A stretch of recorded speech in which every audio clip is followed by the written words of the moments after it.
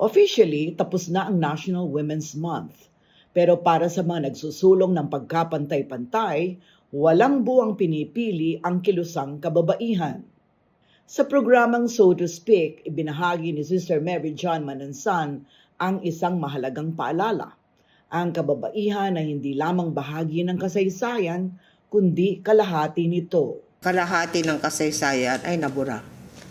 Sa kabila nito, nananatiling hamon ang pagwawasto sa mga maling pananaw mula sa mga aklat hanggang sa loob ng tahanan.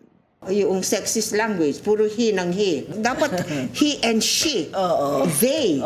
Hindi puro man is like this, man is like that. Nakakaano yun Correct. Parang sila lang yung existing being. Para kay Sister Mary John Manansan, ang laban na hindi lamang nasa lansangan, kundi sa araw-araw na karanasan ng kababaihan. Ibinahagi na rin niya ang kanyang karanasan noong panahon ng martial law, kung saan nasaksihan niya ang pang-aabuso sa mga manggagawa at kung paano ito nagbukas ng mas malalim na kamalayan. In 1975, meron yung Latondenya strike. Yeah. Di ba noon martial law?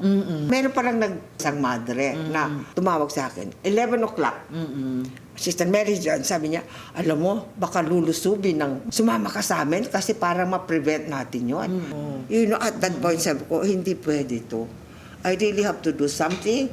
I have to be in solidarity with the workers. Right there and then, we formed the Friends of the Workers.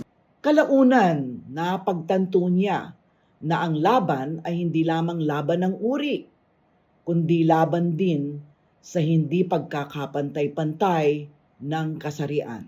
There has to be a gender equality Yes. and empowerment of women. But first, it should be in the context of social transformation. Second, hindi tayo anti-men because men are also victims of socialization. Exactly. So doon ko nakita na, ay naku, meron pa palang ibang laban.